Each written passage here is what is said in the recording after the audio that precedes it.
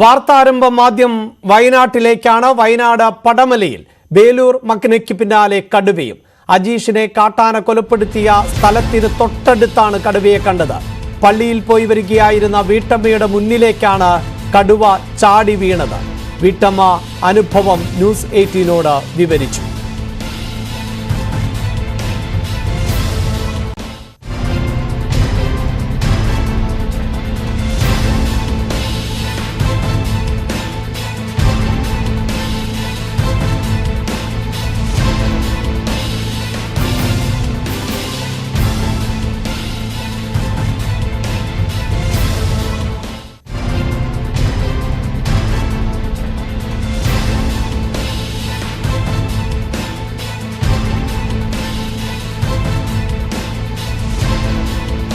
എന്റെ വീട് ഇവിടെ തൊട്ടടുത്താണ്. റോഡിലോട്ട് കയറി ഇവിടെ എത്തിക്കഴിഞ്ഞ് കഴിഞ്ഞപ്പം ഞാൻ അങ്ങേ വശത്തുനിന്ന് എന്തോ ഒരു ഒച്ച കേട്ടു, ഞെരിയുന്ന ഒരു ഒച്ച.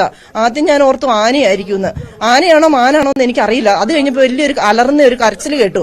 കരച്ചിൽ കേട്ടപ്പോൾ ഞാൻ ഇങ്ങനെ സൈഡിലോട്ട് മാറി കഴിഞ്ഞപ്പോൾ ഒന്നോടെ കരയണ കേട്ടപ്പോൾ എനിക്ക് തോന്നി ആനയാ. ഭയങ്കര എല്ലാം ഇളക്കി മറിച്ച് വരുന്ന പോലത്തെ ഒരു ഒച്ചയാണ് കേട്ടത്. വേഗം ഞാൻ മേലേക്ക് കയറി കഴിഞ്ഞ് ആ മേലെ വീട്ടിലെ ചേട്ടനെ വിളിച്ചോണ്ടാ കയറുന്നത്. അവര് കേട്ടോ ഇല്ലോന്ന് എനിക്ക് അറിയില്ല. അന്നേരത്തേക്ക് അത് ഇങ്ങനെ ചാടി വരുന്ന പോലെ എനിക്ക് തോന്നി. ഞാൻ വേഗം സൈഡിലോട്ട് മാറി ആ വീട്ടിലെ ചേട്ടനോട് വിളിച്ചു എന്നെ ഒന്ന് ഞാൻ അവിടെ ചെന്നപ്പോഴത്തേക്ക് വീണുപോയി. പിന്നെ അവരാണ് എന്നെ പിടിച്ച് അങ്ങോട്ട് മേലോട്ട് കയറ്റിയത്. ഞാനങ്ങും അറിയുമല്ല ഇതെന്താ ഇങ്ങനെ പാസ് ചെയ്തൊരൊറ്റ പോക്ക. കടുവയുടെ ഞെട്ടിക്കുന്ന ദൃശ്യങ്ങളാണ് CCTVയിൽ പതിഞ്ഞിട്ടുള്ളത്. കടുവയെ കണ്ട് വീട്ടമ്മ ഓടുന്നത് ഈ ദൃശ്യങ്ങളിൽ നമുക്ക് വ്യക്തമായി കാണാനും സാധിക്കുന്നുണ്ട്.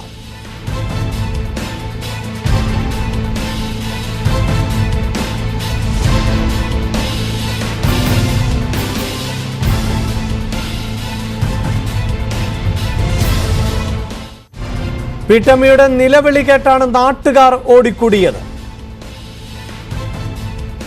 ഞാൻ മുറ്റത്ത് നിന്ന് മുറുക്കിക്കൊണ്ട് നിൽക്കുമായിരുന്നു. അപ്പോൾ ഉണ്ട് ഈ ചേച്ചി ഇതിലെ കയറി വരുന്നുണ്ട്. അപ്പം ഞാൻ ചോദിച്ചു, ചേച്ചി എന്താ ചേച്ചി വരുന്നത്, എന്താ ചേച്ചി പറ്റിയെന്ന് ചോദിച്ചു. എന്ത് ചേച്ചി എന്ന് കൊണ്ട് ഇറങ്ങി വന്നു. ഇറങ്ങി വരുമ്പോഴാണ് കടുവ തൊട്ട് പുറകെ, ഈ ചേച്ചിയുടെ പുറകെ പിടിച്ചില്ല എന്നുള്ളതാണ്. കൈ ഇങ്ങനെ വീശുന്നുണ്ട് കടുവ. അപ്പത്തേന് ഈ ചേച്ചി ഇടത്ത ഭാഗത്തേക്ക് ചാടി ആ കാപ്പിക്കകത്തോടെ കയറിയിട്ട് ഇപ്പുറത്തെ തിണ്ട കയറിയപ്പോഴത്തേ കടുവ ഞാൻ അലറി കിടന്നുണ്ട്. പോയപ്പോഴത്തേനും കടുവ എൻ്റെ വീടിൻ്റെ മുറ്റത്തൂടെ കയറി.